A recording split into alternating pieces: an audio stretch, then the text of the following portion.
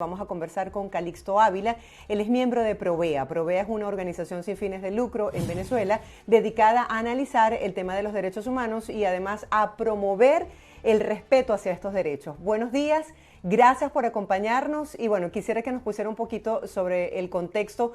¿Cuáles son esos principios que están exigiendo estos países que se cumplan en Venezuela? Y en todo caso, si se ha avanzado o no, porque vemos el informe de Michelle Bachelet diciendo que hay, digamos, una especie de retroceso o no hay un avance en este caso, pero también vemos a Delcy Rodríguez diciendo que se han sumado puntos. Entonces, ¿en qué estatus estamos sobre los derechos humanos? Sí, muchas gracias. En efecto, la situación de Venezuela continúa despertando mucho interés en la comunidad internacional. No hay que olvidar que el dossier venezolano está siendo analizado no solamente en las Naciones Unidas, en el Consejo de Derechos Humanos, sino también en la Corte Penal Internacional y en la Organización Internacional del Trabajo, por ejemplo, donde también existe un dossier abierto sobre el cumplimiento de las obligaciones de los convenios laborales. Lo que ha habido el día de ayer es lo que se llama el diálogo interactivo durante el examen periódico universal que se realiza cada 5 años. Venezuela ha sido analizada ya 2 veces con anterioridad, en el 2011 y en el 2016, y este es el tercer ciclo. Evidentemente, este es un examen hecho por los Estados miembros de Naciones Unidas. Todos los Estados miembros de la ONU, los 193 Estados miembros, pueden participar. Y en el día de ayer, por ejemplo, hubo una especial participación con un total de 116 intervenciones de Estados miembros de las Naciones Unidas. Por supuesto, el Estado lo que ha tratado de mostrar, primero intentó victimizarse recurriendo a los ya conocidos argumentos de que las sanciones son la principal causa de las violaciones o de la situación de derechos humanos y de la crisis humanitaria en el país. También trató de mostrar que estaba dispuesto a la cooperación, porque eso en parte de sus estrategias es mostrarse como un Estado que coopera con las Naciones Unidas justamente para evitar mecanismos más fuertes como la existente misión de determinación de hechos que se encarga de investigar situaciones específicas y casos y tratar de establecer responsabilidades.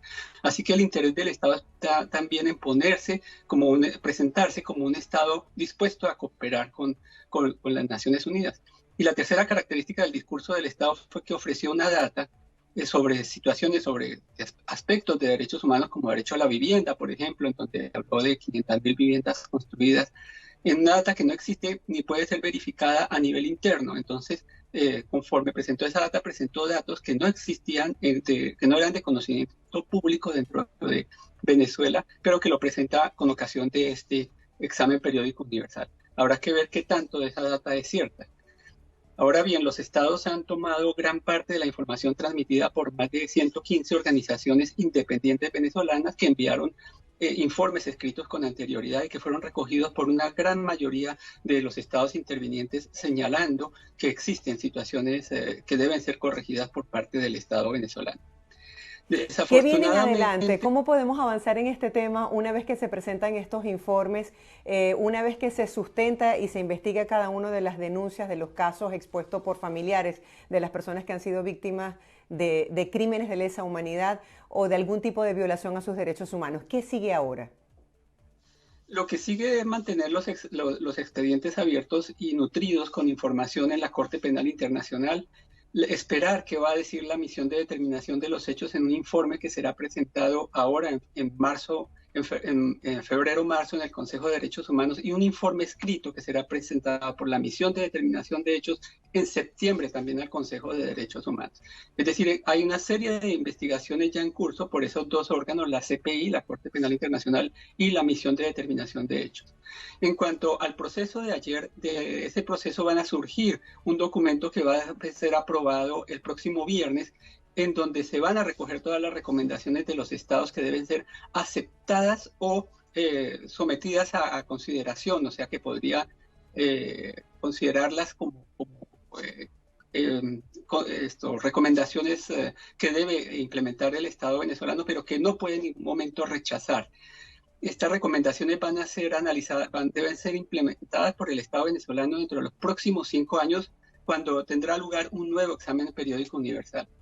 Sin embargo, los antecedentes de incumplimiento de las recomendaciones pues indican que el Estado está sustancialmente no dispuesto a cumplir con esas recomendaciones, porque si se hubiese cumplido con las recomendaciones planteadas en el 2016, no estaríamos ante la situación grave de derechos humanos ni ante la situación de crisis humanitaria.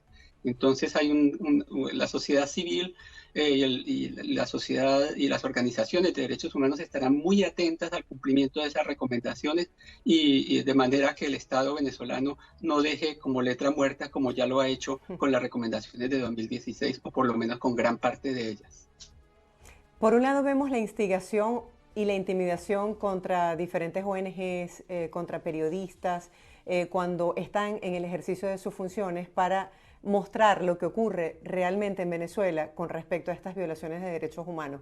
Por el otro me pongo en la posición de esos familiares que han perdido un hijo, que han perdido una hija, que han aportado a este informe con documentación, con evidencias, pero que detrás de todo eso hay un sentimiento de impotencia, de dolor, de frustración. Deben mantenerse esperanzadas estas personas de que a través de la vía de la diplomacia o de estos recursos pueden conseguir una sanción, una acción en contra que haga justicia en estos casos. Sí, obviamente, si el Estado venezolano está poniendo tanto interés en Naciones Unidas es porque tiene bastante temor a las consecuencias de convertirse en un Estado, de que sea evidente la característica del Estado venezolano, un Estado que viola los derechos humanos de manera sistemática y que no administra justicia en estas violaciones a nivel interno.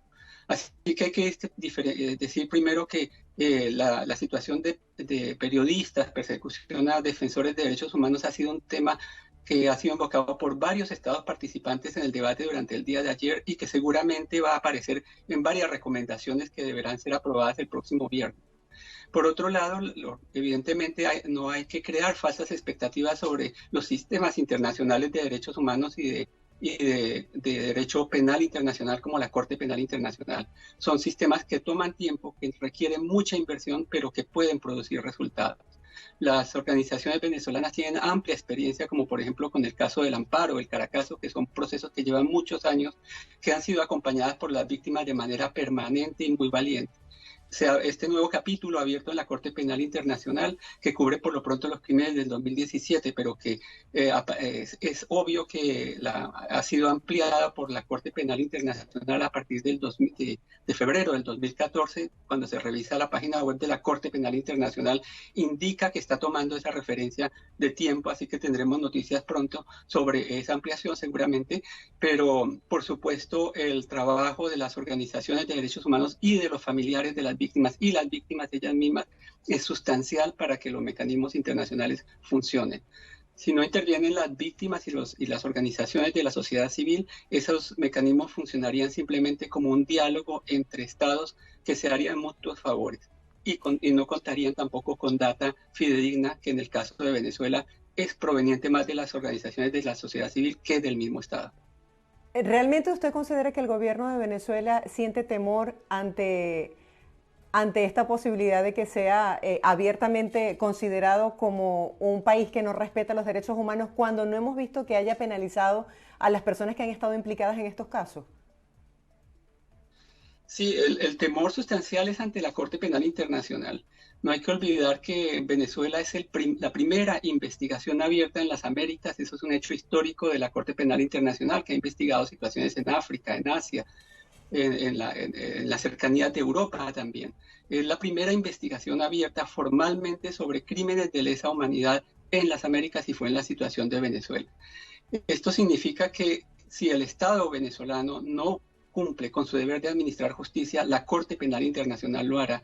Y en ese sentido, la investigación abierta por el fiscal Karim Khan ha sido claro en expresar que si bien se firmó un memorándum de entendimiento, si el Estado venezolano no cumple con sus obligaciones internacionales, entraría a actuar la Corte Penal Internacional. De todas formas, la investigación ya abierta en la CPI tiene dos características específicas. La primera, que permite la intervención de las víctimas una vez se hayan abiertos casos específicos, y la segunda es que el Estado debe hacer investigaciones sinceras y genuinas y por lo tanto debe dirigir su investigación no hacia los mandos bajos o hacia los autores directos de crímenes de competencia de la Corte, en el caso de Venezuela, crímenes contra la humanidad, sino que debe apuntar a las cadenas de mando y en particular a los más altos responsables. Entonces, esa es la otra característica de la investigación en la CPI, y es que ya se abre la posibilidad de que se dicten órdenes de captura u órdenes de comparecencia ante la Corte Penal Internacional para continuar el proceso de investigación.